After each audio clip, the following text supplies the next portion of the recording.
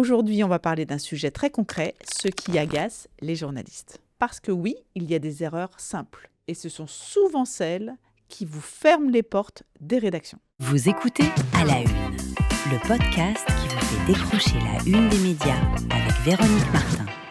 Directrice de l'agence Prestance, depuis plus de 20 ans, j'accompagne dirigeants et communicants dans leur prise de parole médiatique.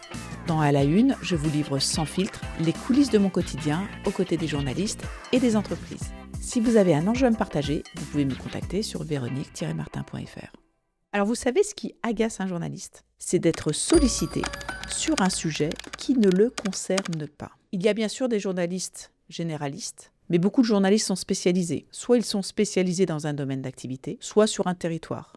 Concrètement, vous avez une inauguration à Valenciennes.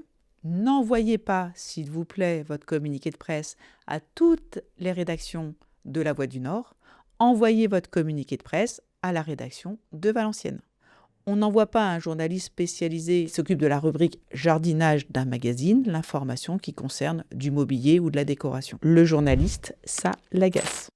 Concrètement, ciblez vos envois. Informez-vous avant de contacter un journaliste sur qui il est, quel sujet il traite, quelle est sa spécialité. Autre chose qui agace les journalistes, c'est lorsqu'à la fin de l'interview, vous leur demandez « Est-ce que je peux relire mon article ?» Un journaliste est libre. C'est la déontologie du métier de journaliste. C'est effectivement la liberté de la presse. Et c'est ce qu'il faut respecter en interview et c'est la règle même des relations presse. Donc non, un journaliste ne vous fera pas relire son article. Alors je mets quand même un petit bémol quand je dis non. Il y a des cas particuliers et c'est le journaliste qui va vous demander de relire le papier. Alors pourquoi il vous le demande ? Très souvent, c'est lorsque votre sujet est hyper pointu et qu'il ne maîtrise pas complètement la technicité du sujet. Là, il peut vous le demander de relire. Mais c'est de manière très exceptionnelle, il faut attendre que ça vienne de lui. Donc surtout, ne lui demandez pas. Et j'ai des cas où j'ai vu des clients poser la question. Et ça, le journaliste, vraiment, il déteste et il vous le dit très clairement.